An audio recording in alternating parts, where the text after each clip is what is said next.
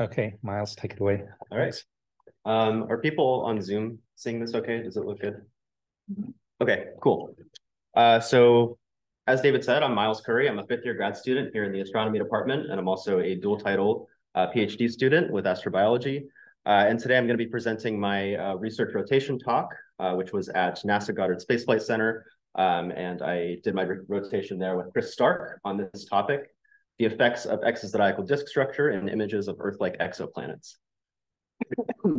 And I apologize for my coughing. I had COVID like a month ago, so still have a lingering cough, but I'm not contagious, so don't worry about that. Oops. Before I get started, I wanted to talk about what I normally do versus what I did for my research rotation. And my thesis work normally involves using the next generation ground-based extremely large telescopes to characterize terrestrial planet atmospheres. And I use specific techniques developed for ground-based observations to search for molecules in exoplanet atmospheres and characterize them for habitability and life. But for my rotation, I focused more on the planetary systems themselves, and I considered how a debris disk in an exoplanet system could affect our ability to directly image Earth-like exoplanets. And this image on the right here may be familiar to you if you're an astronomer, because this is the Habitable Worlds Observatory. This is NASA's next flagship space telescope designed to directly image Earth-like exoplanets. And this was recommended by the Astro 2020 Decadal Survey, who recommended the development of a direct imaging space telescope, and we now call this the Habitable Worlds Observatory. But it's gone by many names over the past few years, like LUVOIR and HabEx and HabWAR and LUVEX, whatever you want to call it. So this is an artist rendering of what the Habitable Worlds Observatory is going to look like. So on the right here, I'm showing a comparison of the sizes of different space telescopes. HST and the Roman Space Telescope are about 2.4 meters in diameter, and JWST is about 6.5 meters in diameter. And the LUVOIR team studied two different architectures for a direct imaging space telescope, which are both larger than JWST. And the size of the HabWorlds Observatory is still to be determined, but it's likely going to be something like LUVOIR-B, something like that 8-meter telescope there. But for now, it's useful to study the trade-offs between small and large apertures. So for my work, I consider both an 8-meter and a 12-meter HabWorlds Observatory. And for the non-astronomers in the room, I just want to spend a minute talking about what direct imaging actually is. And you may have already guessed because it's in the name.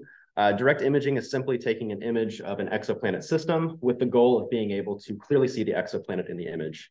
But as you might suspect, this can get kind of complicated because stars are often much brighter than exoplanets, especially for the small Earth-like planets that we're interested in studying. So the goal is this: an image where you can clearly see the exoplanet that you're taking an image of. And this isn't a new idea. This idea has been around for a number of years now, and it's been implemented to take direct images of larger gas giant planets. And these are easier to detect because they're brighter and bigger, and the planet-to-star contrast ratio is often more favorable than the smaller planets that I'll talk about in this talk. So this is an image from the Gemini Planet Imager instrument, and this is a ground-based telescope that took this image of a Jupiter-sized gas giant planet. So this sounds easy enough to do with a space telescope once you slap together all the instruments that are required to take direct images, but there's a problem. And that problem is that these exoplanet systems will likely have dust that can act sort of like a fog, partially blocking our view of the exoplanet. And this dust is called exozodiacal dust or exozody. And I'll probably be using these terms interchangeably throughout this talk. So just if you see exozodiacal dust or exozody, think of this kind of dusty fog that you're seeing in this image. In some scenarios, this dust might interact with the planet to create significant resonances that show up in the form of clumps, gaps, or rings in your system. An exozody with structure might be much more challenging to remove from your images than systems that have just smoothly varying dust. So the research question for my rotation was, does exozodiacal dust structure affect our ability to detect Earth-like exoplanets in directly imaged systems? But before I answer that question, I wanted to just back up for a second and talk about what actually is exozodiacal dust. So these are dust particles between 1 and 100 microns in size, and they're silicate particles believed to exist in all planetary systems. They originate in a parent body that orbits the star at a relatively large semi-major axis. So you can kind of think of this as the Kuiper belt in our own solar system. So there are these bodies out there that can smash into each other and create this dust that can then migrate in towards the center of the system over time. And as these dust particles slowly spiral in towards the host star via Poynting-Robertson drag, they can be perturbed by the planetary bodies in the system, creating structure in the form of clumps, gaps, or rings that I mentioned earlier. And the left-hand image here is an observed debris disk showing a ring-like structure that was observed with the Hubble Space Telescope.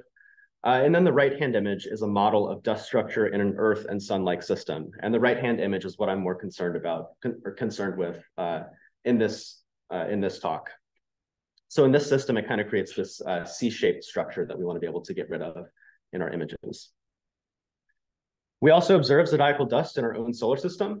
Reach et al. 1995 observed excess infrared flux, both leading and trailing the Earth in its orbit, and they attributed this to dust in the Earth's orbit. And if you take a look at the image, the redder spots are infrared excess, and you'll notice that there's more dust trailing the Earth than there is leading the Earth. And this implies that there are inhomogeneities present around Earth. So there is structure in our own solar system that we have to contend with. We've also looked for dust in the habitable zones of nearby sun-like stars, and we found that the median dust level for these systems is about 3 times that of the solar system. We think of the amount of dust in systems as the Zodi level. So 3 times the dust in our own solar system would be 3 Zodis. On average, this study found that exoplanet systems have more dust that we have to contend with when imaging them versus our own solar system. Exozodi also has forward scattering properties, leading to excess brightness for inclined systems. On the left is an image of a disk at 0 degrees of inclination, or just a face-on disk. And then on the right is the same disk, just inclined at a 60-degree angle. And you'll notice how much brighter the inclined disk is due to these forward scattering properties. So this is something else that we have to be aware of when we're imaging these systems, because we're not always going to be looking at face-on systems. Most of the time, these systems are going to be inclined, and they're going to be probably brighter in addition to the structure in these systems. So another problem is that we've been assuming that it's possible to subtract the exozodi dust from the scene down to the theoretical noise limit, such that exozodi contributes no systematic noise at all. This is an assumption that the LUVOIR team made when they were doing their LUVOIR study. And we want to know for this project, is this actually true? Can we make this assumption that we're able to successfully subtract all of the exozodi from our system? And this is something that somebody's looked into before. This is Jens Kammerer's work in 2022, and they considered smooth, symmetric exozodiacal dust disks around sun-like stars. So they didn't consider any sort of structure at all. It was just smoothly varying dust in their systems. And they simulated observations of exoplanets in systems with this smooth exozodi, and then used high-order polynomials to subtract the exozodi from the images. And since they knew the amount of noise that went into the simulations, they were able to compare the amount of noise they measured after exozodi subtraction. So after they processed the image with these polynomials, they compared that noise to the noise that they expected. And here they're plotting measured divided by expected noise versus Zodi level for differently inclined systems. And exozodi subtraction down to the theoretical noise limit would be plotted as a flat line at 0 in these plots. So if you successfully subtracted all of your exozodi for all of your cases, you would just see a bunch of flat lines here. But we can see this isn't the case. Well, it kind of is the case for the face-on system. In the face-on case, the 0 degree inclined case, which is the first panel there, the smooth exozodi can be subtracted down to the photon noise limit for up to 1,000 Zodi. So face-on cases aren't going to be a problem if they have a smoothly varying dust in their systems. But with inclinations of 30 and 60 degrees, this only works up to about a 50 Zodi level. So anything beyond 50 Zodis, it's going to be pretty tough to subtract the exozodi off, even if you have this smoothly varying dust. But we want to know for this project, what about exozodi with structure? In this work, we investigate the effects of worst case scenario disk structure. And I'll tell you what that means in this next slide here. So the disk structure models we use in this work come from Stark et al. 2011, who ran n-body simulations to model the interaction of dust particles with planets. And when I say worst case scenario disk structures, I mean that the intention of these models was to create as much structure as possible by sort of turning all the knobs to worst case scenario. And two major ways they did this was by one, only considering single planets on circular orbits. And what this does is prevents the resonance structures from being perturbed and spread out by other planetary bodies in the system. And then a second thing they did to create the most disk structure as possible was to ensure as much dust delivery as possible to the planetary orbit by having the dust originate relatively close to the planet orbits. They just injected a bunch of dust directly into the planetary orbit in order to create this structure. The final products look like something that you're seeing on the right there, and I use these disk models to generate scattered light maps, which I then use to synthesize observations. So to synthesize direct imaging observations, I take these disk models, and then I add a planet and a star to the system, and then I convolve the image with a realistic PSF, so realistic instrument properties, and add the appropriate noise to the image. The resulting synthesized observation looks like something on the right, like you're seeing on the right-hand image there. And I tried to point out where the planet and disk structure are in this image, but they're a little hard to see by eye. I guess you can sort of see the planet up there. It's that really bright pixel that I'm pointing to there. And another thing you may have noticed is that in this right-hand image, the center's cut out, creating this kind of donut-like shape, which brings me to the next topic that I want to talk about, which is coronagraphy. So in general, stellar brightness drowns out the planet, so some of the star's light has to be blocked with a coronagraph. And you can kind of think of a coronagraph as just something you put in the optical path of the instrument to block light in the center of the image, which allows things that are offset from the center, like a planet, to become comparatively brighter. And I have this little animation that kind of explains how a coronagraph works here. So you have this image with a star, and the star is sort of drowning out that planet signal there. The planet's pretty hard to see. But if you put a coronagraph in front of your star, it blocks some of that light, and now you're able to see your planet pretty well. And of course, this is an idealistic cartoon of how a coronagraph works, and I'm showing here a smooth background left behind after you introduce the coronagraph to the system. But in reality, coronagraphs actually leave behind what we call speckles in the image, and we want to be able to get rid of these speckles. And these images are examples of two different coronagraph designs and the speckle patterns that they leave behind in the image. They both do a pretty good job of blocking out light from the star, but the uneven speckle patterns aren't very desirable to have in the final image, so we want to be able to get rid of these speckle patterns. And the way we do that is through PSF subtraction. So to remove the stellar PSF pattern or speckles from the image, we have to subtract what we call a reference PSF image. The speckle pattern will also show up in the reference image. And if you subtract two images, a science image and a reference image, this effectively gets rid of the stellar speckles. And there are two ways people do this, but for this project, I'm primarily focusing on angular differential imaging, the one that I've kind of squared off there. And then in the next slide, I'll explain it in more detail. So the way we get rid of these speckle patterns is to do something called angular differential imaging or roll subtraction.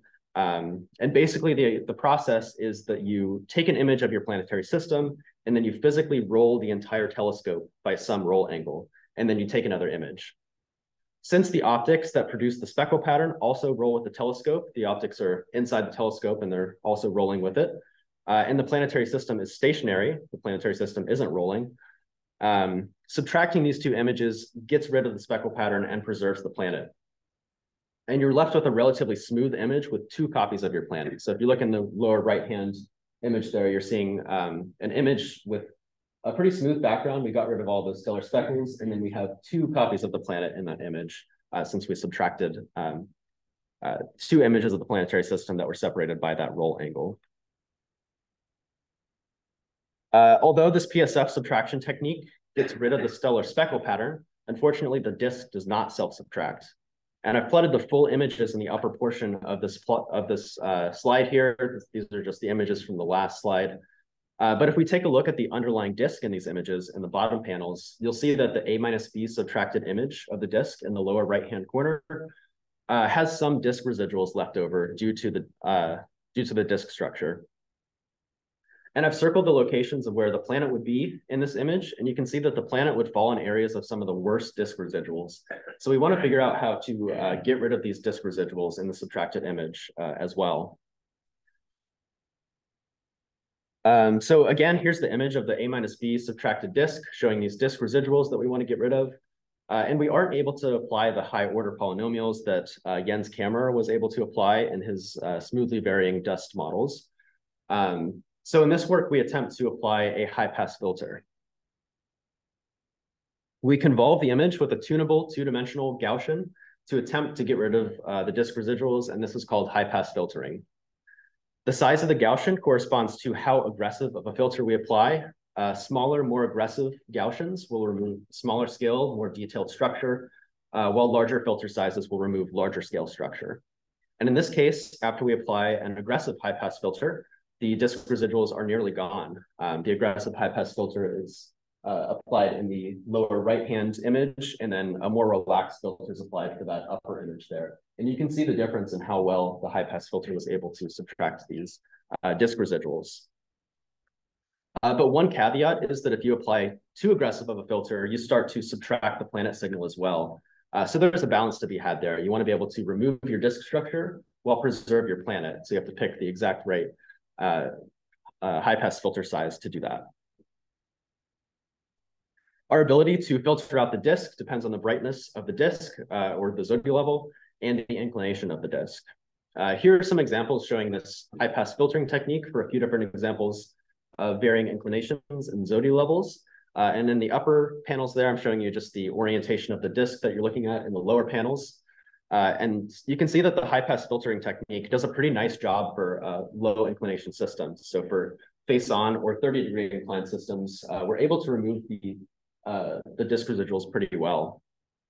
But high inclination systems are going to be tricky.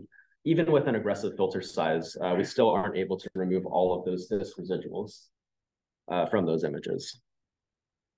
So before I move on to results, I wanted to review my simulation setup. So I have the Habitable Worlds Telescope looking at an Earth-like exoplanet orbiting a sun-like star. And that system is 10 parsecs away. And the Earth-like exoplanet is orbiting the star at 1 AU, so this is just an exact copy of the Earth around the sun. And I injected the Earth-like planet at a signal-to-noise ratio of 7. And I'm looking at a bunch of different systems with varying Zodi levels between 1 and 100 Zodis, and also for varying inclinations between 0 and 90 degrees. So now I'll move on to my results. So first, I'll present the results of using an 8-meter mirror architecture. Similar to Jens Kammerer's work that I presented earlier, we test our ability to subtract the exozodi disk structure down to the theoretical noise limit by comparing the noise that we measure in the post-process image to the noise that we expected or the noise that went into the simulations. In this plot, I'm showing measured divided by expected noise on the y-axis and then Zodi level on the x-axis. And remember that Zodi level is equivalent to the number of solar system dust levels. The different curves here are different systems with varying inclinations, and a successful subtraction down to the theoretical noise limit would produce a noise ratio of 1. So if you successfully subtracted all of your exozodiacal structure, you would expect a bunch of flat lines just at 1 in this image. But you can see this isn't necessarily true. For 0 to 60-degree inclined cases, we are able to subtract our disk structure, but 90-degree cases are going to be a little more challenging. So if we're asking the question, can we subtract exozodi structure down to the theoretical noise limit? The answer is yes for most cases. For systems with inclinations between 0 and 60 degrees, it's possible to subtract the disk structure with any Zodi level for up to 100 Zodis. The 90-degree case, though, is going to be challenging. Even with aggressive filtering, we're unable to subtract the structure beyond about 10 Zodis. And there's a caveat here, which is that some of these cases require such an aggressive filter that you also start to subtract some of your planet signal, which is something I mentioned earlier. And that can be seen in this plot. So the plot in the bottom panel now is showing measured signal to noise ratio divided by, or as a function of Zodi level.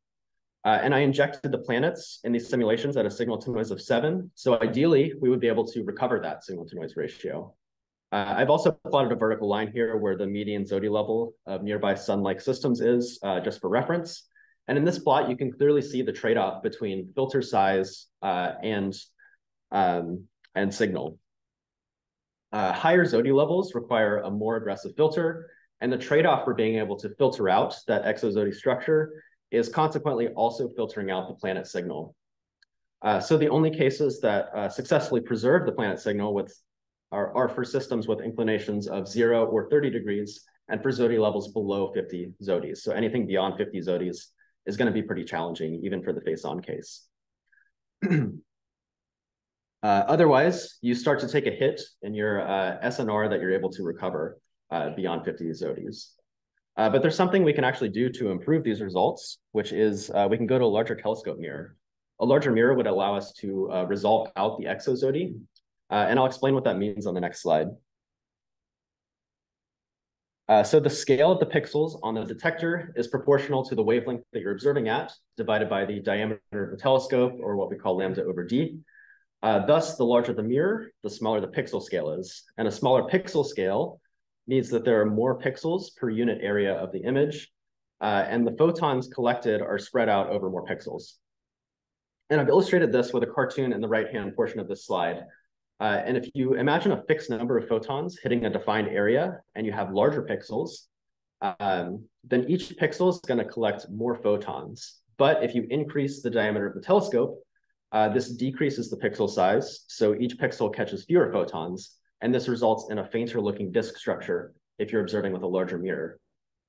And since the planet is a point source, the planet's photons do not get diluted or spread out across the detector, and they'll remain the same brightness. So the planet's going to look comparatively brighter if you're observing with a larger telescope. And hopefully you can see the difference in how bright the 8-meter image appears versus the 12-meter image.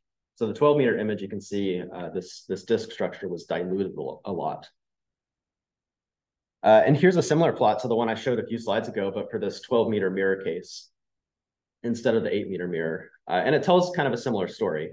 The main difference here is that for all cases up to a few Zodi, we're able to recover the injected signal to noise ratio. But beyond a few exozodi, the face-on and 30-degree cases are still the best cases for preserving SNR. And if we want to be able to filter out our exozodi structure for the median level of nearby stars, this may be an argument for a larger mirror because it doesn't matter what your inclination is, you're probably going to be able to filter out your exozodi, even if you have worst case scenario disk structure. So now I'm going to leave you with my takeaways. I'm not going to read all of this, but my 3 main points are that exozodiacal dust structure seems to be a manageable problem for low Zodi and or low inclination systems. Contending with high inclination, high Zodi systems, though, is going to be pretty challenging with this technique, and it's likely going to require a different sort of approach. Finally, moving from an 8-meter to a 12-meter telescope improves your SNR measurements by up to 30%. And I'm also writing up this paper right now. Hopefully I'm going to submit it by the end of the summer. And I'm going to leave you with a bunch of people that I worked with and hung out with in Maryland. And I will take any questions now. Thank you for listening.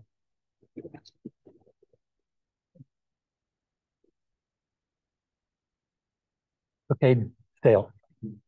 So much known about how Zodi level varies with the age of the planetary system? That's a good question. Yeah, I don't personally know the answer to that question, but there might be a dependence on age. Yeah, because it does take time for the dust levels, the dust to migrate inwards towards the habitable zone. Yeah.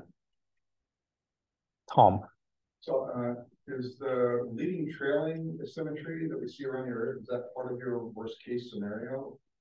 So there is a little bit more Zodi trailing.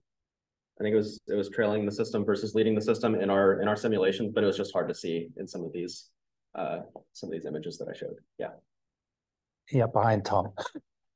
I was just wondering if you could go back to your plot showing the 8-meter cube. Yeah. So I noticed for the 0-degree inclination case, it actually looks like you get closer to the injected SNR at like 10 times the solar system Zodi. Yeah. Just wondering why that is. Yeah, that's interesting. And I don't know the answer to that. I think that's some kind of numerical problem with my code. These aren't final results quite yet. So yeah. Yep. I was curious, if you're looking at, I don't know a whole lot about exozodiacal dust, but if you're not looking at a sun-like star, if you're looking at a different class of star, do you think that the dust would, average dust levels are going to increase, decrease, something like that? Like if our median sun-like star Zodi level is really low. It seems like we're probably good in most cases. Yeah, and I don't know if they've done similar studies for non-sun-like star. You know, I showed this slide that they used the large binocular telescope to look at sun-like stars, which is what we're primarily interested in for LUVOIR or HAB worlds. That those are going to be the targets that we're going after. So I think just not a lot of effort has been put into observing these other star systems. But yeah, that's an interesting question. Tyler. So while we're on this slide, looking at the bottom plot here, I noticed that the 90-degree inclination case kind of levels off as you go to very high Zodi levels. Do you have an intuition for why it is that the 90-degree inclination case doesn't continue to go worse the way the other cases do as you go to very high dust levels? And is it the case that at really high levels of dust, you would actually prefer to be looking at a 90-degree inclined system? Yeah, that's a good question. For like, you know, over 100, maybe 1,000 zodies, maybe you would want to look at these edge-on cases. But the reason that it kind of flattens out there instead of goes down is that these edge-on cases, the 90-degree cases, are they appear pretty sharp in your image. So the filter can do a really good job at filtering out the sharp features. And it doesn't matter what Zodi level you're looking at. Yeah, this is kind of hard to explain, but the high pass filter does a pretty good job for the edge on cases, and it kind of flattens out like that over time. Yeah, you can come talk to me afterwards if you want to talk about this. Yeah, Nick. I'm just wondering if maybe the variation is this sensitive to like a noise realization. So if you like assume one noise realization that and then maybe average over many noise realizations, it wouldn't have like the increases. Yeah, so this is the result of averaging over many noise realizations. I think this was 10,000 runs for each Zodi level here. So, and this is the median result from those noise realizations. But yeah, I'll have to look into this sort of bump up to the injected signal to noise ratio. Rudy. So, sorry I came in late, and I don't know if you covered this earlier, but I feel like the funny statement is like one scientist's noise is like another scientist's data. So is there anything like interesting that we could learn about like the exozodiacal dust and like tell us about like other planetary systems or about like zodiacal dust itself? Yeah. So in this work, we're looking at worst case scenario disk structures. And I don't know if you saw this part, maybe you came in after this, but these worst case scenario disk structures are formed when you only have a single planet in your system because there aren't other bodies to perturb that disk structure and kind of spread it out throughout the system.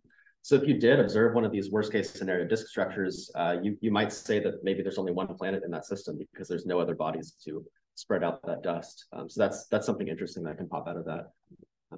Yeah. Cool. Thank you. Eric. I wonder if you look at maybe some different approaches like subtracting out, rotating, subtracting out the exozodi, and then modeling or filtering the speckles. So kind of doing the opposite, or looking at the wavelength kind of the speckles versus the exozodi, and whether that could happen. Yeah. So that's next, and okay. That's my next project. Is we're looking at the wavelength dependence of this and seeing if we can do something with that as well. Yeah. Okay, the bell just went. So if you have more questions, ask afterwards. Let's move on. Let's thank Miles once again. Move on to Tyler.